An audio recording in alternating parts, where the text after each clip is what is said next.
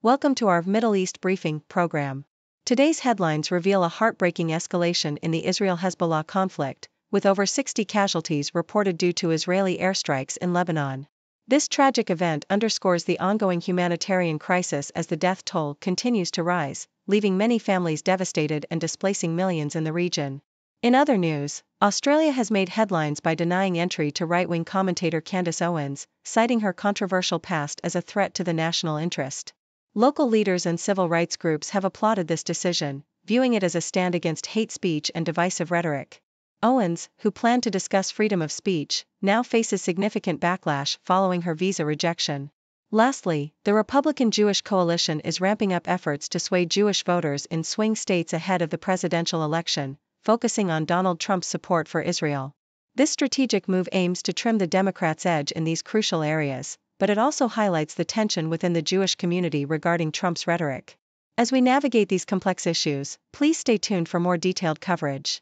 South China Morning Post reports a devastating escalation in the ongoing conflict between Israel and Hezbollah, with at least 60 casualties reported in Israeli airstrikes across the eastern Bekaa Valley in Lebanon. The strikes primarily targeted Baalbek, a region known for its association with the militant group Hezbollah. Among the dead were 2 children, and the health ministry indicated that the toll could rise as rescue operations continue. This latest wave of violence has pushed the total death toll in Lebanon to over 1,700 since the war reignited on September 23. Local officials lamented the severity of the bombardments, which occurred without any prior evacuation warnings, highlighting the dire humanitarian situation as over 1.3 million people have been displaced. The Independent highlights the Australian government's decision to deny entry to right-wing commentator Candace Owens for a planned speaking tour, citing concerns that her presence would not be in the national interest. Immigration Minister Tony Burke criticized Owens for her controversial remarks, including downplaying the Holocaust and making inflammatory statements about Muslims. Local leaders and civil rights groups celebrated the decision, asserting that Australia should not harbor individuals who trivialize the suffering of genocide victims. Owens, who planned to address topics like freedom of speech, expressed surprise at the backlash, suggesting that it reflects a fear of differing opinions. Her visa rejection underscores the ongoing tensions surrounding free speech and hate speech in public discourse. Associated Press reports on the Republican Jewish coalition's efforts to engage Jewish voters in key battleground states as the 2024 election approaches. Despite a historical trend of Jewish voters leaning Democratic, the coalition aims to sway opinions in favor of Donald Trump, particularly in Michigan, where they have identified 15,000 new Jewish Republican voters since the last election. The coalition's strategy includes door-to-door outreach in areas with significant Jewish populations, emphasizing Trump's support for Israel.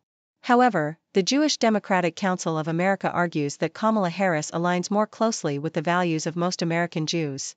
The backdrop of rising anti-Semitism and the ongoing Israel-Hamas conflict adds complexity to the political landscape, influencing voter sentiments and affiliations as the election nears.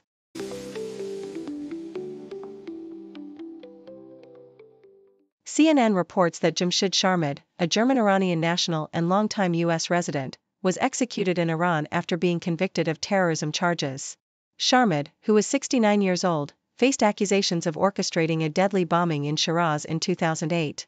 His trial has been widely criticized as a sham, with his daughter Gazelle asserting his innocence and claiming that his political activism against the Islamic Republic led to his wrongful conviction. The U.S. State Department condemned the execution, calling it part of Iran's pattern of transnational repression, while Germany's foreign minister described the act as indicative of an inhumane regime using death as a weapon. Al Jazeera highlights a concerning report from the International Union for Conservation of Nature, IUCN, which reveals that over 1 in 3 tree species worldwide are at risk of extinction.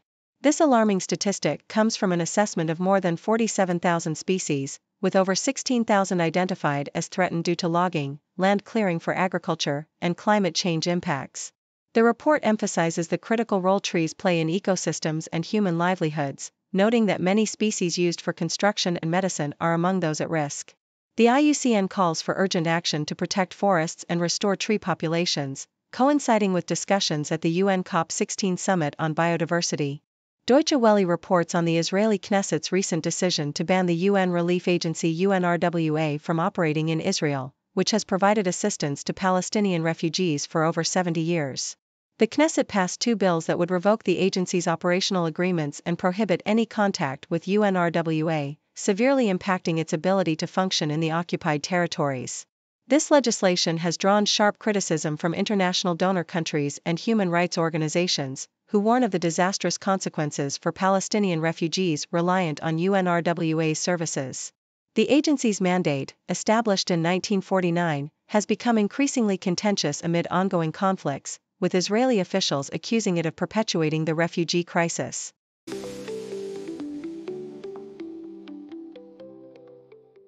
New York Times reports that Iran has executed Jamshid Sharmad, a German-Iranian dissident who had been living in the United States. The 69-year-old was accused by Iranian authorities of orchestrating a deadly bombing in 2008, a claim he and his family vehemently denied. His abduction in Dubai by Iranian agents in 2020, followed by a conviction in a trial deemed a farce by human rights groups, has drawn international scrutiny, particularly because of his dual citizenship. Sharmad's case is particularly notable as it highlights Iran's willingness to execute individuals with Western ties, following similar fates for other dual citizens in the past year. CNN shares the alarming news that Israel's Knesset has voted to ban the United Nations Relief and Works Agency for Palestine Refugees, UNRWA, a move that could severely impact millions of Palestinians reliant on its services. The legislation, which prohibits UNRWA's activities within Israel and revokes the treaty that allowed its operation, has raised concerns from various international leaders, including the U.S. Israeli officials argue that UNRWA has ties to terrorism, while critics warn that this ban could exacerbate the humanitarian crisis in Gaza, where the agency provides essential services like healthcare, education, and food aid to nearly 2 million refugees. The Independent highlights a shocking theft in the dairy industry, where a farmer fears that his stolen award-winning cheddar cheese, valued at £300,000, may end up being sold in Russia or the Middle East. Patrick Holden, who lost 2.5 tons of his Hafid Welsh cheddar in a sophisticated heist, expressed his concerns about the implications for trust within the artisan cheese community. The thieves posed as legitimate distributors, complicating the investigation by the Met Police. With support from the artisan community and even celebrity chef Jamie Oliver, there is a collective effort to raise awareness and encourage the public to support authentic British and Irish cheeses amidst this troubling incident.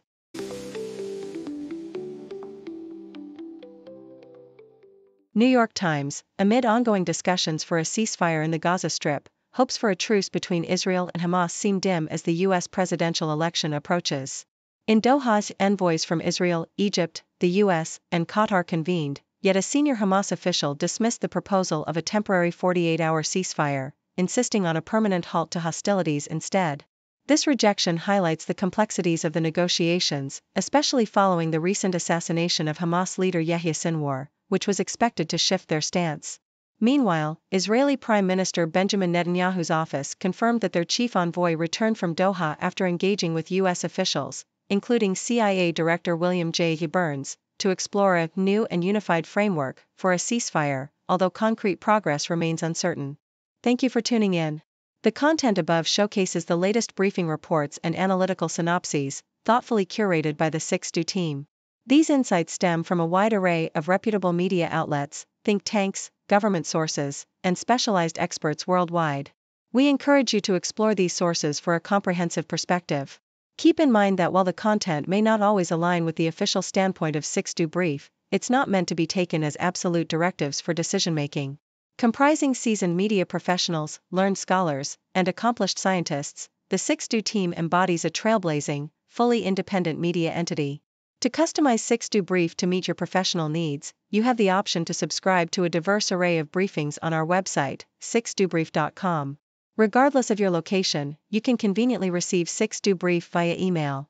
Got a book so big and bright, open it and take a flight. Learn about the stars and sea, everything is here for me. Flip the pages one by one, knowledge under the sun. From dinosaurs to galaxies, a world of endless mysteries. Encyclopedia, yay, facts and fun all day. From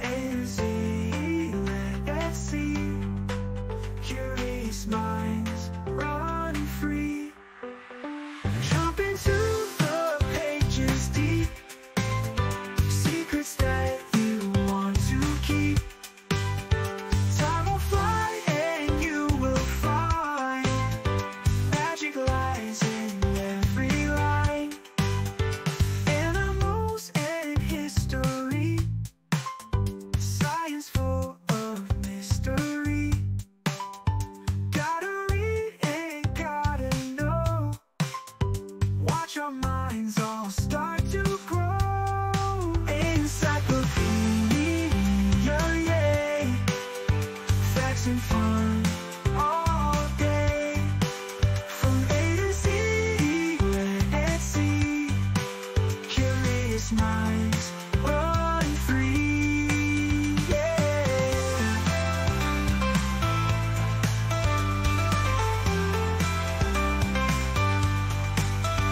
Jump into the pages deep, secrets that you want to keep. Time will fly and you will find magic lies in every line. To run free line,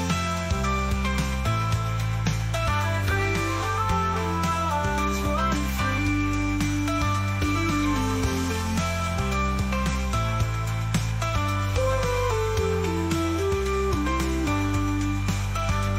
Animals and history, science full of mystery.